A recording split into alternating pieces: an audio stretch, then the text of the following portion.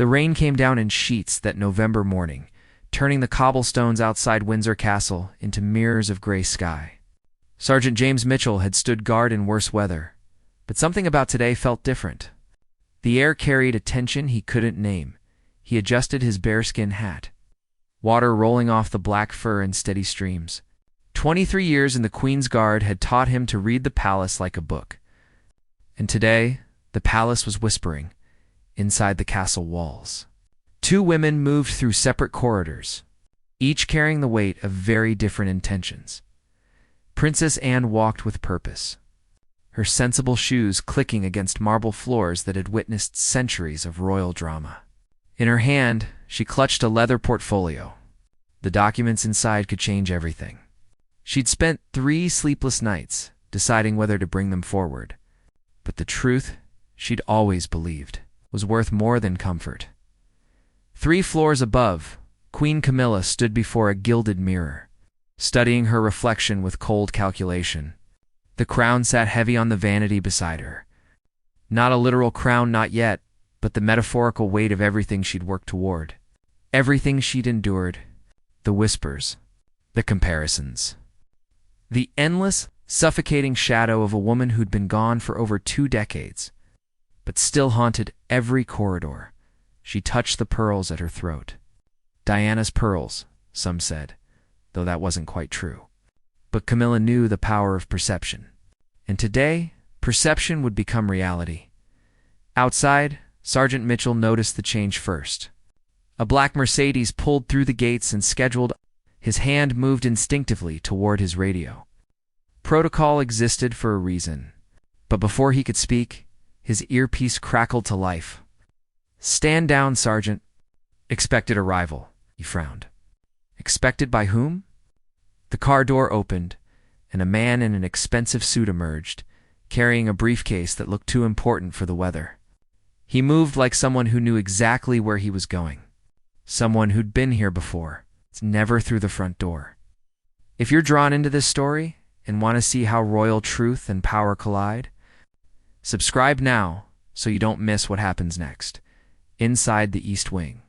Princess Anne turned a corner and nearly collided with a young staff member. The girl looked pale, frightened even. "Your Royal Highness," she stammered. They're saying she stopped herself, eyes darting down the corridor, saying what? Anne's voice was gentle but firm. "There's to be an announcement today about succession protocols." Anne's grip tightened on her portfolio. So Camilla was moving faster than expected. The princess had known this moment would come. She'd seen it building in the small changes, the way certain advisors were suddenly unavailable, how meetings were rescheduled without explanation, the subtle shift in who held the king's ear during his morning briefings. But Anne had something Camilla didn't. Expect evidence, documentation, proof of conversations and agreements that predated the coronation. Promises made by Charles himself in writing. It's about how the monarchy would evolve. Camilla wanted to reshape the crown's legacy in her image. To erase old ghosts and write new histories, Anne wanted only the truth. As the clock tower struck 11, both women began moving toward the same destination, the king's private study. Neither knew the other was coming. Neither knew that Sergeant Mitchell, following protocol he'd memorized decades ago, had made a single phone call that would bring more witnesses than either woman wanted. And neither knew that in the hallway. Outside that study, they would come face to face with a choice that would define not just their own legacies, but the future of the crown itself. The rain fell harder. The palace held its breath. And somewhere in the distance, thunder rolled across the Thames like a warning. Asterisk, asterisk, the king's private study smelled of old books and furniture polish. Charles sat behind his father's desk. He still thought of it that way. Even now, reviewing documents that seemed to multiply each time he looked away, his private secretary, Martin Thornsby, stood near the window, unusually quiet. That alone should have warned Charles something was wrong. Martin was never quiet unless he was calculating. "She's requested an audience, Your Majesty," Martin finally said. Within the hour, Charles didn't need to ask what Martin meant. He could feel Camilla's determination like a pressure change before a storm. They'd been married long enough for him to know when she'd made up her mind about something. And when Camilla decided, the world had a way of bending to accommodate her. And my sister? Martin's hesitation was brief but telling, also requesting an audience. At the same time, Charles removed his reading glasses and pinched the bridge of his nose. This was precisely what he'd hoped to avoid. Two strong-willed women, both believing they were protecting him, both convinced they alone understood what the monarchy needed, down in the security office. Sergeant Mitchell reviewed the gate logs with growing unease. The man in the expensive suit had signed in as legal counsel private matter. No name, no firm. Just a reference number that, when Mitchell checked it against the master list, came back classified. He'd served the crown long enough to know what classified meant. It meant someone very powerful wanted something kept very quiet. His partner, younger guard named Davies, looked over his shoulder. That's irregular, Barry Mitchell agreed. He thought about the phone call he'd made. Standard protocol, when unusual activity coincided with royal family movements. The call went to the master of the household, who would decide if additional security measures were needed. But Mitchell had done something else too, something that would have gotten him reprimanded if anyone found out. He'd sent a text to his former commanding officer, who now worked private security for someone with deep connections to the late Queen Elizabeth's most trusted circle.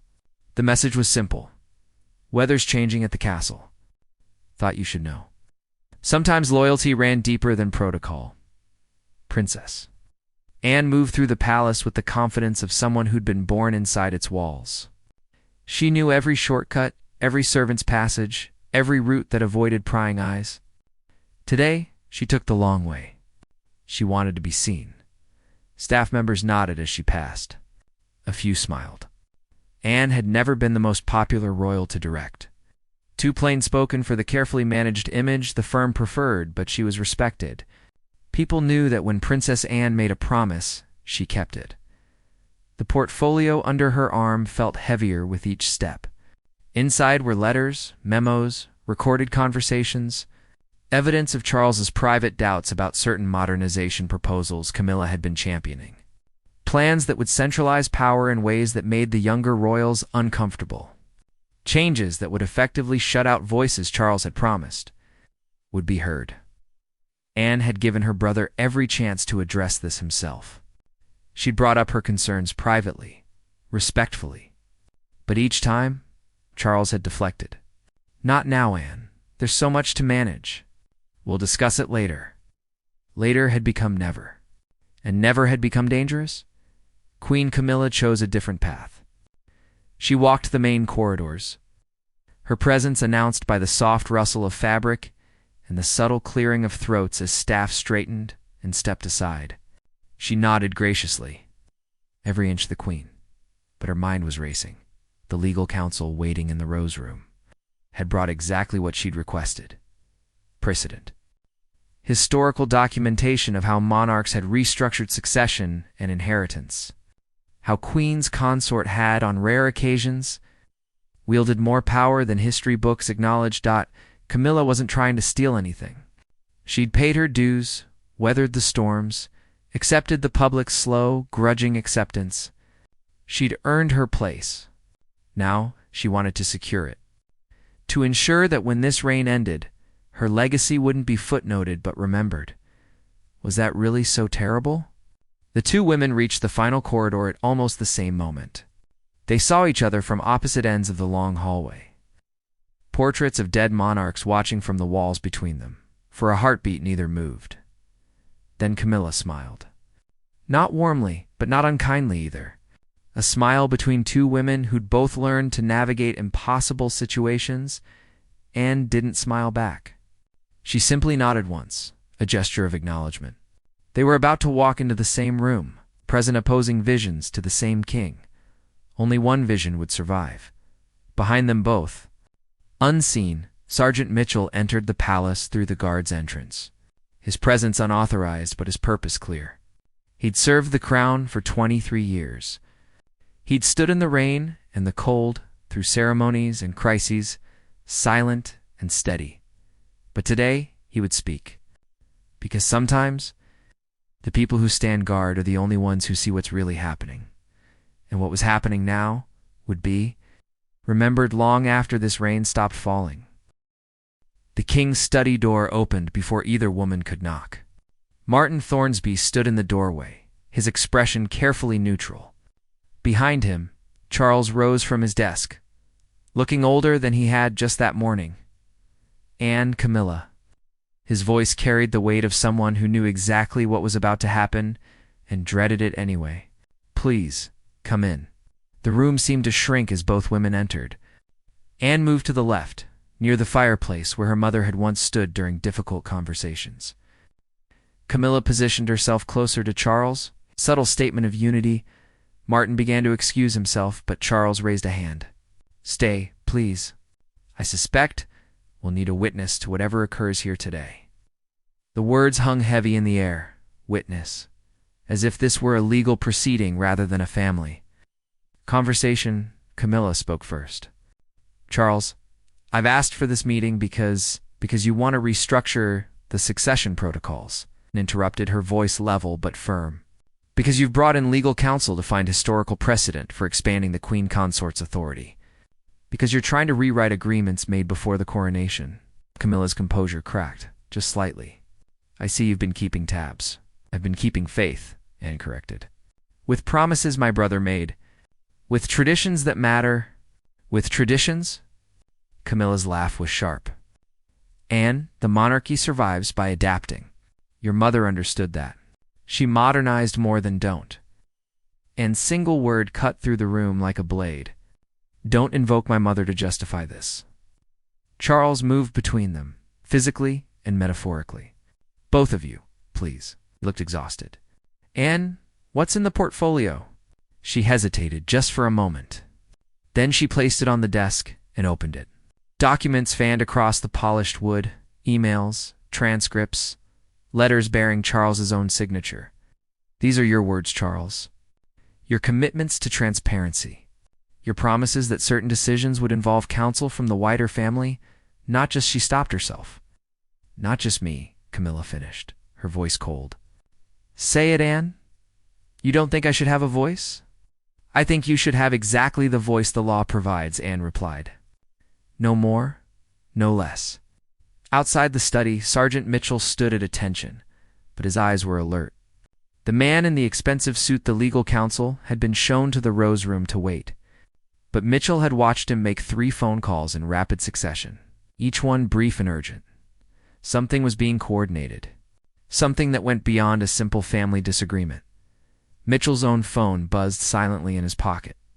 A response from his former commanding officer: "Stay close. Don't let anyone leave until I arrive." That was unusual. That was nearly insubordinate. But it was also exactly what Mitchell's instincts had been telling him. Inside the study, Charles read through the documents slowly. His face grew paler with each page. These weren't just his words. They were his doubts, his private concerns, his unguarded thoughts from the early days after his mother's death. Moments when he'd questioned everything, including whether he was strong enough for the burden he'd inherited. "Where did you get these?" he asked quietly. Anne's expression softened. "From people who care about you, Charles. People who saw you making promises you intended to keep, and who worried when those promises started slipping away." Camilla stepped closer to the desk, scanning the documents. Her jaw tightened. This is one side of conversations taken out of context. Charles was grieving. He was being honest, Anne said. Something we seem to have forgotten how to do in this family. Honest. Camilla's control finally shattered. Her voice rose, raw with years of suppressed frustration. "You want to talk about honesty, Anne? I've been honest about who I am from the start. I never pretended to be perfect. I never played the martyr. I simply loved a man and refused to apologize for it." The room fell silent. Even Martin looked uncomfortable. "And I've paid for that honesty every single day," Camilla continued, her voice dropping to something almost vulnerable. "Every photograph, every headline, every whispered comparison to someone I could never replace. I've endured it all because I still believe, that Charles and I can do good work together. But I cannot do that work if I'm constantly undermined, constantly questioned." Constantly treated as if I'm trying to steal something that was never mine to begin with. Anne's expression shifted. Something complicated passing across her face. Sympathy, perhaps. Or recognition. Then help me understand, Anne said finally. What exactly are you trying to accomplish with these legal changes? Camilla looked at Charles, something passing between them. A question without words. Charles cleared his throat. Camilla wants to establish a formal role in succession discussions. Not decision-making power, but a guaranteed seat at the table when matters affecting the crown's future are decided. She wants recognition that a queen consort is more than ceremonial. He paused, meeting his sister's eyes. And honestly, Anne, I agree with her, and absorb this. Her fingers tightening on the edge of the desk. Then why not discuss it openly? Why the secret legal counsel? Why the rush? The answer came not from Charles or Camilla, but from Martin, who'd been silent through the entire exchange. Because there are members of Parliament who would oppose any expansion of the Queen Consort's role. Because there are advisors who believe the monarchy should be reduced, not redefined. And because he hesitated, because there are people who would use any sign of internal disagreement to push for changes none of you want. Anne's eyes widened slightly. You're saying we're being watched. Say, Martin replied carefully, that everything this family does is watched. And right now there are people hoping you'll tear each other apart. In the hallway, Sergeant Mitchell heard footsteps. Multiple sets, approaching fast. His hand moved to his radio, but before he could speak, his former commanding officer rounded the corner, followed by two men Mitchell recognized from the Privy Council. Sergeant, his old commander, nodded. No one enters or leaves this room until we're certain what's actually happening here. Mitchell straightened. Sir, behind the heavy wooden door, three people stood at a crossroads. Truth and power, legacy and loyalty, all hanging in the balance. The rain outside had stopped. But inside the castle, the storm was just beginning. Asterisk, asterisk, the knock on the study door was firm, official. Charles looked up from the documents, startled. Martin moved toward the door, but before he could reach it, it opened. Lord Pemberton. Senior member of the Privy Council stood in the doorway with an expression that revealed nothing and everything at once. Behind him, Mitchell's former commander, Colonel Harrison, waited with military precision. Your Majesty, Pemberton said, his voice carrying the careful respect of someone about to deliver unwelcome news. Forgive the intrusion, but we've become aware of unusual legal consultations occurring on palace grounds. Consultations that may involve constitutional matters. Charles's face hardened. This is a private family discussion, Lord Pemberton. With respect, sir, no discussion involving succession protocols and consort authority can be entirely private. Not when it affects the constitutional balance we've maintained for centuries. Camilla stepped forward, her composure rebuilt like armor. Are you suggesting the Queen Consort cannot seek legal counsel? I'm suggesting, Pemberton replied evenly, that when such counsel arrives unannounced, bypasses normal channels, and begins drafting proposals that would require parliamentary approval. It becomes a matter of state interest. Us? Anne's eyes narrowed. You've been monitoring this? You've been protecting this? Colonel Harrison corrected gently. As we've protected this family for generations, sometimes that means watching for threats from outside. Sometimes it means watching for threats from within. Threats. Camilla's voice rose. I'm trying to secure a proper role for yourself, Anne said quietly. Not cruelly, but truthfully. Camilla, he's right. This stopped being about clarity or recognition when you brought in outside legal help without consulting the family or the proper channels. Camilla turned to Charles, something desperate in her eyes. Tell them this was your idea too. Charles looked at his wife, then at his sister, then at the two men who'd spent their lives serving the crown. The weight of the moment pressed down on him like physical force. It was my idea, he said finally. Partly, I agreed that Camilla deserved a more defined role. But he paused, meeting Camilla's gaze. I didn't agree to bypass protocol. I didn't agree to secret consultations. I thought we were simply exploring options. Asterisk, asterisk, asterisk. The hurt that flashed across Camilla's face was real and raw. You're abandoning me. Just like everyone else, when things get difficult. That's not fair, Charles began, but she cut him off. Isn't it? I've stood beside you through everything. Every criticism, every comparison, every snide remark about how I'm not her. And now when I ask for simple recognition, simple respect, you fold the moment someone questions it. Anne surprised everyone by speaking in Camilla's defense. She's not entirely wrong, Charles. You promised her a partnership. Partnerships require support, especially when challenged. Charles looked at his sister in confusion. Anne had just spent the last 20 minutes arguing against Camilla's proposals. But Anne continued, looking at Camilla directly. Partnerships also require honesty. You went behind the family's back. You brought in lawyers to find loopholes rather than build consensus. That's not partnership. That's maneuvering. Lord Pemberton cleared his throat. If I may offer perspective, the Queen Consort's desire for a formalized role isn't unreasonable. History shows several precedents for influential consorts. However, the approach taken here, secretive, legally aggressive, raises legitimate concerns about motivation and stability. He turned to Charles. Your Majesty, the Privy Council would be willing to facilitate proper discussions about the Queen Consort's role. Through appropriate channels, with full transparency, involving constitutional experts and family members. But that cannot happen if this matter becomes a scandal first. A scandal? Camilla's voice was ice. Is that what you're threatening? It's what I'm trying to prevent, Pemberton replied. The legal counsel you brought in has already been approached by 2 different media. Organizations asking about his visit to Windsor. Someone wants this story to break. Someone wants the royal family to look divided and desperate. The temperature in the room seemed to drop. Everyone understood the implications. The monarchy's strength lay in its appearance of unity. Any crack in that facade could be exploited by those who questioned whether Britain needed a royal family at all. Martin spoke up from his corner. The Republican movement has been waiting for an opportunity like this. A queen consort overstepping, a king who appears weak, a royal family in visible conflict. It writes itself. Colonel Harrison stepped forward. Sir, ma'am, your Royal Highness, I've served this family for 34 years. I served your mother, your Majesty, and your grandmother before her. And I can tell you that the crown survives not because it's perfect, but because it chooses duty over desire when the moment demands it. He looked at each of them in turn. You all want something. Recognition, truth, change, stability. But what does the crown need? What does the country need? The silence that followed was heavy with realization.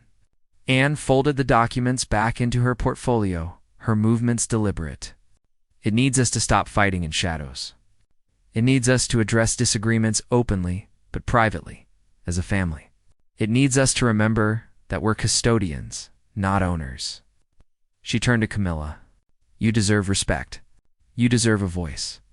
But you don't deserve a crown of your own making. Then she looked at Charles. And you need to stop avoiding difficult conversations until they become crises. Mother was good at many things, but she left you an impossible task. You don't have to do it perfectly, but you do have to do it honestly. Camilla stood very still, processing the words. Finally she spoke, her voice barely above a whisper. I don't want to be Diana. I don't want to be your mother. I just want to matter. You do matter, Charles said, reaching for her hand. But this, he gestured at the situation around them, this isn't the way. Outside the study, Sergeant Mitchell remained at his post, listening to the muffled voices through the heavy door. He couldn't make out words, but he could hear tone. The anger was fading. Something else was taking its place. Maybe resolution. Maybe just exhaustion. But either way, the crisis was passing.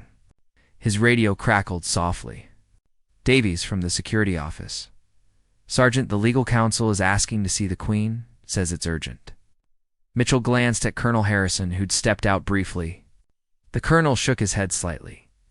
Tell him, Mitchell said into the radio, that Her Majesty is unavailable, and that his services are no longer required. There was a pause. Sir, he's insisting. Then show him to the gate, Mitchell said firmly. Politely, but immediately. Sometimes a guard's job was standing in the rain. Sometimes it was standing in front of a door. And sometimes it was standing between the crown and those who would exploit its vulnerabilities. Today, Mitchell did all three. Inside the study, decisions were being made. Not the ones anyone had planned, but perhaps the ones that needed to be made. Asterisk, asterisk. 2 hours later, the study door opened again. This time, the three people who emerged looked different. Tired, certainly, but no longer at war. Charles had aged a decade in those 2 hours. Perhaps he'd simply stopped hiding the age that was already there. Camilla walked beside him, not touching but close enough to matter, and Anne followed. Her portfolio now notably thinner. Lord Pemberton and Colonel Harrison rose from the chairs where they'd been waiting. "We've reached an understanding," Charles said, his voice carrying a quiet authority that had been missing earlier. "The Queen Consort will have a formal advisory role in matters affecting the Crown's public duties and charitable works. This will be implemented through proper channels, with full transparency to the Privy Council and relevant family members." He paused, choosing his next words carefully. "There will be no changes to succession protocols, no expansion of constitutional authority, but there will be recognition that a partnership requires more than ceremony." Pemberton nodded slowly. "A reasonable compromise, Your Majesty. One that honors tradition while acknowledging modern realities." Camilla's expression was unreadable, but she spoke with dignity. "I've also agreed to meet quarterly with the Princess Royal to discuss matters where our perspectives may differ. Clear communication rather than alternative approaches," and actually smiled at that, a small smile, but real. "We don't have to be friends, but we can be colleagues who respect each other's commitment to the Crown." It wasn't everything either woman had wanted, but it was something both could live with. Martin Thornsby gathered the documents from the desk, including several new ones bearing fresh signatures. "I'll ensure these are filed properly and distributed to appropriate parties. Nothing hidden, nothing rushed." As the group moved toward the door, Colonel Harrison caught Anne's eye. She paused, letting the others move ahead. "You could have destroyed her today," Harrison said quietly. "Those documents you brought, they were damaging enough to create a scandal that would have finished her public standing." Anne looked down at her portfolio.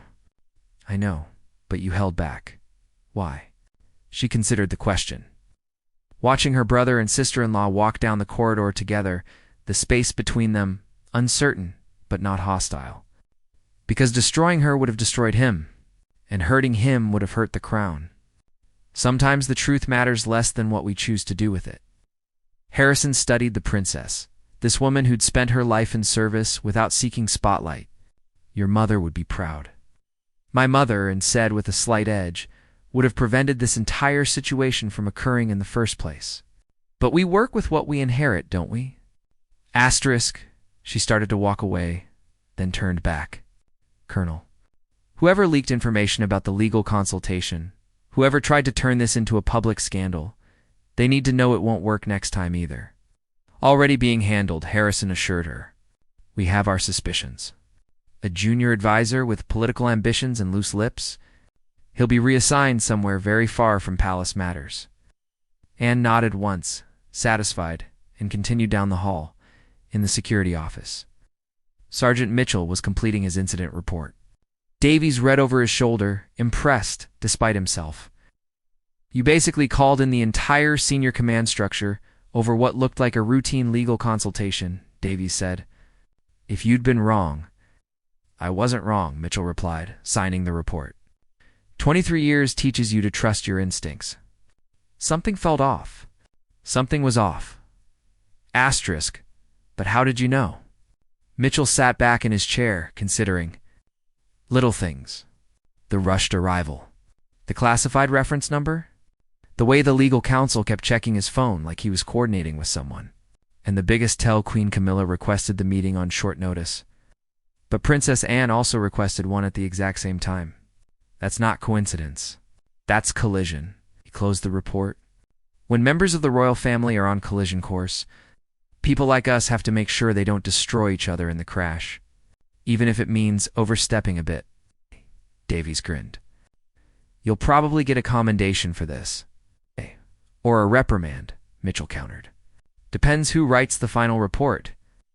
Asterisk, what he didn't say, what he would never say, was that he'd been genuinely frightened. Not for himself, but for what might have happened if this situation had exploded publicly. The monarchy survived on perception and trust. Both could be destroyed in a single news cycle if the wrong story got out. He'd protected the crown today, not from invaders or assassins, but from itself. That evening, as the sun set over Windsor Castle, Charles sat alone in his mother's former private sitting room. He'd avoided this room since her death, unable to face the memories. But tonight, he needed the quiet counsel of someone who'd navigated impossible situations for 70 years. The room still smelled faintly of her perfume. Or maybe that was imagination. "I almost let it all fall apart today," he said to the empty room, to the ghost of guidance he wished he could still access. Camilla pushed too hard. Anne pushed back harder, and I just froze. He picked up a photograph from the side table. His mother, young and radiant, at her coronation. She'd been 27, younger than his sons were now, and she'd carried the weight for 7 decades without breaking. "How did you do it?" he asked the photograph. "How did you keep everyone together when they all wanted different things?" The answer came not from memory, but from his own hard-won understanding. She hadn't kept everyone together. She'd kept the institution together, even when it meant personal sacrifice, even when it meant her own children felt neglected or misunderstood. She'd chosen the crown over comfort, over and over again. Charles had promised himself he'd be different, warmer, more accessible, more human. But today proved that some choices never changed. When crisis came, the crown had to come first. He stood, placing the photograph back carefully. Tomorrow, there would be official announcements, carefully worded statements, photos of unity. The machinery of monarchy would smooth over today's rough edges until they were invisible to the public eye. But inside these walls, everyone would remember. Remember what almost happened. Remember what they'd chosen instead. Down in the guardhouse, Mitchell's shift was ending. He hung up his rain-soaked uniform, changed into civilian clothes, and prepared to go home to a quiet house and a simple dinner. Young Davies stopped him at the door. "Sergeant, if you don't mind me asking, do you think they're really okay now?" "The family." Mitchell considered the question seriously. "I think they're as okay as they can be, living the lives they live. It's not like being S. Davies. They can't just go home and forget their problems. Their problems are the country's problems. Their mistakes could be history's mistakes." He clapped the younger man on the shoulder. "But today, they chose right. They chose duty over drama. That's all any of us can do." As Mitchell walked out into the cool evening air, he looked back at the castle. Lights glowed in windows, illuminating centuries of stone and history. Inside those walls, flawed people carried impossible burdens. And outside those walls, people like him stood guard, keeping watch over both the crown and those who wore it. Tomorrow, the rain might return. Tomorrow, new conflicts might arise. But tonight, the crown had survived another test, and that, Mitchell thought, was enough. 3 weeks later, the official photographs were released. Charles and Camilla at a charity gala, smiling warmly, Anne beside them, dignified and present. The palace statement spoke of renewed commitment to service and family unity. The public saw harmony. They didn't see the countless conversations that had built that harmony. Brick by careful brick. Camilla sat in her private office, reading the morning papers. The coverage was mostly positive. "Queen Consort steps into new advisory role," one headline read. "Royal family shows unified front," declared another. A knock interrupted her reading. Anne stood in the doorway, an envelope in her hand. "May I?" The princess asked. Camilla gestured to the chair across from her desk. This was their 3rd meeting since that difficult day in Charles's study. The first 2 had been formal, careful. Both women testing the boundaries of their new arrangement. Anne placed the envelope on the desk. "The correspondence you asked about? Letters between your office and the charitable foundations? I had my staff compile them, proof that your involvement has made a measurable difference in fundraising and awareness." Camilla opened the envelope, scanning the documents. Her throat tightened unexpectedly. "You didn't have to do this." "Yes, I did," Anne replied, "because you were right about one thing. You have made valuable contributions. They deserved to be acknowledged properly, not fought over in secret. Silence settled between them, but it wasn't uncomfortable. It was the silence of two people learning to coexist in an impossible situation. "I was scared," Camilla said suddenly, surprising herself with the admission. That day, bringing in the legal counsel, pushing for changes, I was terrified that I'd spend the rest of my life being tolerated rather than accepted, that every contribution would be dismissed, every effort compared to someone I could never be. Anne's expression softened. "I can't imagine how difficult that's been. Can't you?" Camilla looked at her directly. "You've spent your entire life being compared to your brothers, doing twice the work for half the recognition. I've read about you, Anne. You complete more engagements than almost anyone in the family, and yet the headlines always go to others." Anne smiled wryly. "We're more alike than I wanted to admit. Two women fighting for respect in a system that wasn't designed for us to have power," Camilla agreed. "Maybe that's why we clashed so badly. We saw each other as competitors rather than allies." "Are we allies now?" Anne asked, genuine curiosity in her voice. Camilla considered the question. "I think we're working toward it. That's more honest than pretending to be friends when we're not." Anne stood to leave, then paused. "My mother once told me something. She said the crown doesn't care about justice or fairness. It cares about continuity. Our job isn't to get what we deserve, it's to ensure the institution survives long enough for the next generation to carry it." "That sounds lonely," Camilla said quietly. "It is and admitted, but it's also a purpose. And sometimes purpose is enough." After Anne left, Camilla sat with those words. She'd spent so many years fighting for recognition, for validation, for love from people who seemed determined to withhold it. The legal counsel, the secret consultations, they'd been symptoms of that desperation. But perhaps Anne was right. Perhaps the fight itself was the problem? Perhaps acceptance came not from demanding it, but from earning it so quietly, so consistently, that one day people looked up and realized you'd always been there. Doing the work, she thought of Charles, struggling under the weight of his mother's legacy. She thought of Anne, carrying out hundreds of engagements with no fanfare. She thought of the younger royals, trying to modernize while respecting tradition. They were all just people, doing impossible jobs, trying not to break under the pressure. Downstairs, in a small office most people never saw, Sergeant Mitchell was training a new recruit. The young man looked nervous, overwhelmed by the weight of history surrounding them. "You'll get used to it," Mitchell assured him. "The key is remembering that we're not guarding buildings or crowns or traditions. We're guarding people. Flawed people carrying burdens we can't fully understand." "Did you ever meet them?" the recruit asked. "The royals?" Mitchell smiled slightly. "A few times. Enough to know they put on trousers one leg at a time, just like us. They argue, they doubt themselves, they make mistakes. But they also sacrifice more than most people realize." He gestured toward the castle grounds visible through the window. 3 weeks ago, something happened in there. Something that could have damaged the monarchy badly. But they worked it out. They chose unity over vindication, compromise over victory. That's not weakness. That's wisdom. The recruit absorbed this, his anxiety easing slightly. "So we're protecting them from threats." Asterisk, "We're protecting them from all threats," Mitchell corrected. "External ones, certainly.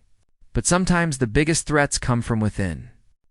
From good people making bad choices under terrible pressure. Our job is to give them space to be human, while ensuring those human moments don't destroy the institution." He stood, checking his watch. "Come on, time for rounds. And remember, if something feels wrong, if your instincts say there's trouble brewing, trust them. I nearly got disciplined for following mine, but I'd do it again in a heartbeat." That evening, Charles hosted a small private dinner. Just family, William, Kate, Anne, Camilla. No staff, no advisors, no pressure to perform for cameras. The conversation was careful at first, everyone dancing around the recent tension. But gradually, as wine flowed and food was shared, something relaxed. Kate, ever the peacemaker, told a story about one of the children's school mishaps. William added embellishments that made everyone laugh. Anne shared a dry observation about a recent official visit that had Camilla laughing despite herself. Charles watched them all, these people he loved, these people who made his impossible job bearable. They weren't perfect. They had conflicts and disagreements and old wounds that would never fully heal. But they were family, and they were trying. Later, as guests departed, Anne paused at the door. She looked at Camilla, then at Charles, something settling in her expression. "We'll have another disagreement," she said matter-of-factly. "Probably soon. We're all too stubborn to avoid conflict forever." "Undoubtedly," Camilla agreed. "But maybe next time," Anne continued, "we'll talk before bringing in lawyers, before letting fear drive us to desperate measures. Maybe we'll remember that we're on the same side even when we disagree about the path forward." Charles embraced his sister, grateful beyond words. "Thank you, Anne, for the documents, for your honesty, for not destroying you both when I had the chance." She finished with a slight smile. "That was never the goal, Charles. The goal was protecting what Mother left us. What you'll leave William. What he'll leave his children." She looked between them both. "The crown isn't ours to keep. It's ours to steward. I just needed to remind us all of that." After everyone had gone, Charles and Camilla stood together in the silent palace. The day had been long, the emotional work exhausting. "Do you regret it?" Charles asked quietly. "Agreeing to the compromise, rather than fighting for everything you wanted?" Camilla was quiet for a long moment. "I regret the methods. The secrecy, the manipulation, the fear that drove me to it. But the goal wanting to matter, wanting to be more than ceremonial, no, I don't regret that." She took his hand. "Anne was right, though. The crown doesn't care what I want. It only cares about what we do with the responsibility we've been given. And today, 3 weeks ago, whenever I finally understood that, that was when I became more than a consort. I became a custodian." Charles kissed her forehead. "We're all just custodians. Temporary guardians of something much larger than ourselves." Outside, rain began to fall again, soft and steady. In the guardhouse, Mitchell checked the evening logs, noting nothing unusual. In her home, Anne reviewed her schedule for the coming week 14 engagements. No headlines.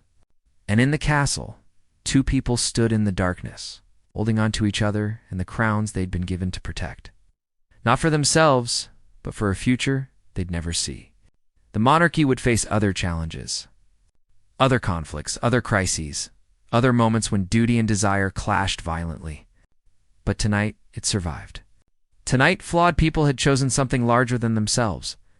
And sometimes, in the long history of crowns and castles, that was the only victory that mattered. The guard stood tall. The truth stood firm. And the crown, heavy as it was, stood ready for whatever tomorrow would bring. This was the way of kingdoms. Not through perfection, but through persistence. Not through power, but through purpose. One day at a time. One choice at a time. One guard standing in the rain, watching over those who watched over us all,